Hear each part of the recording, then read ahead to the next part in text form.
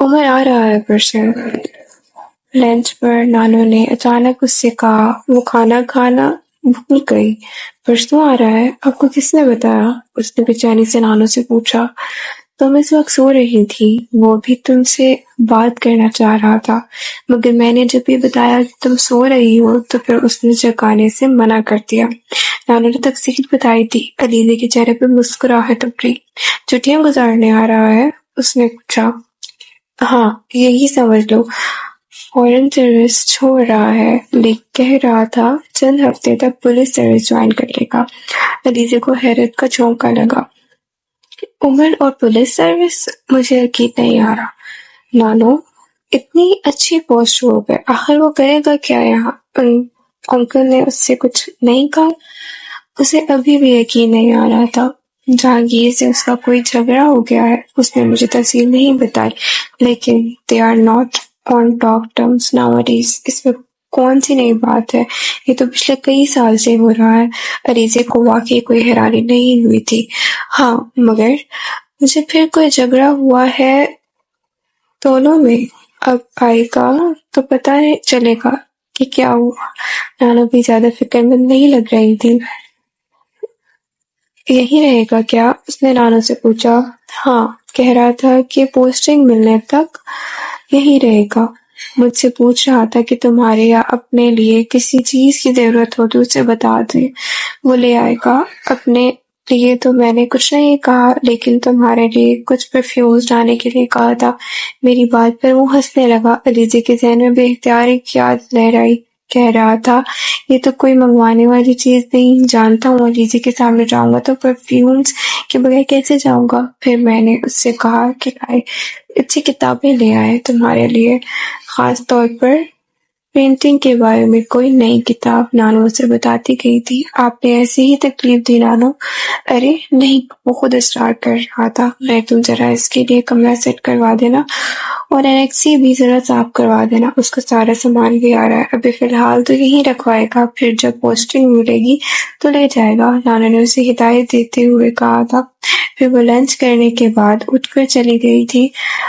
وہ بہت دیر تک وہیں بیٹھے بہت کچھ سوچتی رہی تھی، ذہن میں بہت کچھ تازہ ہوتا جا رہا تھا۔ تو عمر جان کے آخرکار تم واپس آ ہی رہے ہو، اس نے مسکراتے ہوئے سوچا۔ پھر کچھ ذہن میں آنے پر وہ اٹھ کر اس کمرے کی طرف آ گئی جہاں وہ ہمیشہ ٹھہرتا تھا۔ دروازہ کھولتے ہوئے اسے بہت خوشگوار سا احساس ہوا تھا۔ وہ اکثر اس کمرے میں آ کر کچھ وقت گزارا کرتی تھی اور ہمیشہ ہی یہاں آ کر اسے یوں لگتا جیسے وہ یہی کہیں موجود تھا۔ اس کی راکنگ چیئر اسے ساخت حالت میں بھی اسی طرح جھولتی ہوئی نظر آتی تھی جس طرح وہ اسے جھلایا کرتا تھا۔ ہر چیز پر جیسے اس کا لمس تھا، ہر طرف اس کی جیسے آواز گونجتی تھی، وہی دھیما گہرا اور ٹھہرا ہوا لہجہ، وہی پرسکون دل کے کہیں اندر تک اتر جانے والی آواز، اور پھر وہی کھلکھلاتے ہوئے بے اختیار کہہ کے اس کمرے میں آ کر سب کچھ جیسے زندہ ہو جاتا تھا۔ ایلیوژن عکس بن جاتا تھا اور عکس حقیقت بن کر اس کے ارد گرد پھرنے لگتا تھا۔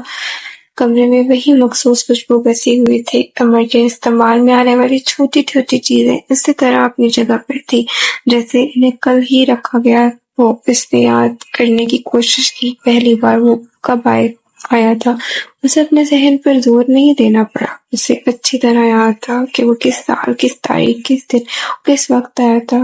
بعض باتیں آپ کبھی بھول نہیں سکتے، اور وہ کب کیا تھا اسے یہ بھی یاد تھا۔ بعض باتیں آپ کبھی یاد رکھنا نہیں چاہتے۔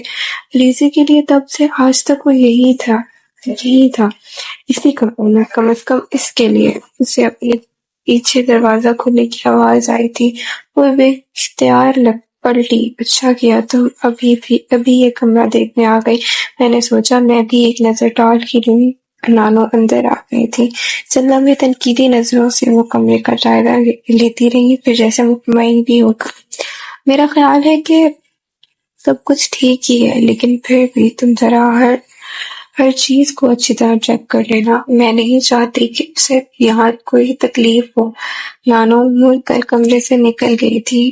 وہ ڈریسنگ ٹیبل کی طرف بڑھ گئی تھی اور وہاں پڑا ہوا ایک پرفیوم اس نے ہاتھ میں لے لیا۔ آہستہ آہستہ اس نے پرفیوم کا ڈھکن اتار کر خوشبو کو محسوس کرنے کی کوشش کی۔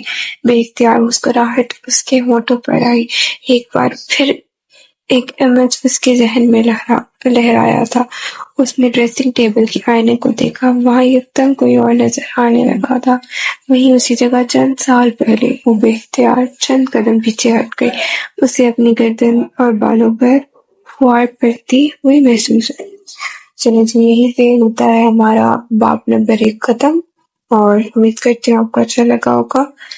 چینل کو لازمی سے سبسکرائب کر دیجیے گا، ویڈیو کو لائک کر دیجیے گا، اور کمنٹ میں مجھے ضرور سجیسٹ کریے گا کہ اگر کوئی بھی آپ ناول سننا چاہتے ہیں تو انشاءاللہ میں پوری کوشش کروں گی کہ اس ناول کو آپ تک آڈیو بک کی صورت میں پہنچا دوں۔ اللہ حافظ۔